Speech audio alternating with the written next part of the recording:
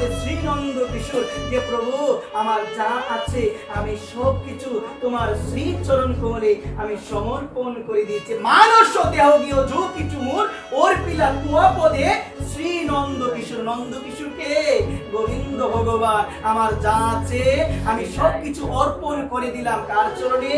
ওই নন্দ কিশোরের চরণে। বলো মা তার মানে আপনি সবকিছু কাকে সমর্পণ করবেন গো মা? ভগবানের জন্য সমর্পণ করবেন। আপনি বলবেন প্রভু ছেলেটা আমার না, ছেলেটা হলে তোমার। তার মানে ছেলের যদি অসুখ হয় আপনি বলবেন প্রভু এটা তোমার ছেলে, তোমার ছেলের অসুখ হয়েছে, তুমি রক্ষা করবে না তুমি মারবে, এটা তোমার ইচ্ছা, আমি কিছু জানি না। আমার ছেলেকে আমি তোমার চরণে দিয়ে দিয়েছি, এখন তুমি যা করার তাই করো। একবার বলতে পারবো মা? এভাবে বলতে হবে, কিন্তু আমরা তো এইভাবে বলতে পারি না। মা রবি রাখবি জু ইচ্ছা তোয়ারা শরণাগত হয়েছেন গোবিন্দের কাছে বলবেন মা রবি রাখবি জু ইচ্ছা তোয়ারা নিত্য দাস তোয়াপতি তব অধিকার। তুমি আমাকে মারবে না তুমি আমাকে রাখবে, এটা তোমার ইচ্ছা, আমি তোমার জনম জনমের দাস, আমি কোনো কিছু জানি না। একবার তাহলে সবকিছু কার ইচ্ছায় হয়? গোবিন্দের ইচ্ছায় হয়।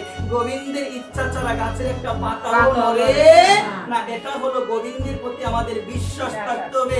এই জগৎ এই বিশ্ব ব্রহ্মাণ্ডে যা কিছু হচ্ছে একজনের ইচ্ছায়, তিনি কে? তিনি হলো ভগবান। আর আমরা হলাম তার দাস। আমরা কার দাস গো মা? আমরা ভগবানের দাস।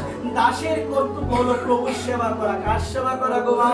দাসের কর্তব্য কার সেবা করা? প্রভুর সেবা করা। তার মানে মা আমরা যেহেতু দাস আমাদের কর্তব্য হলো কার সেবা করা গো?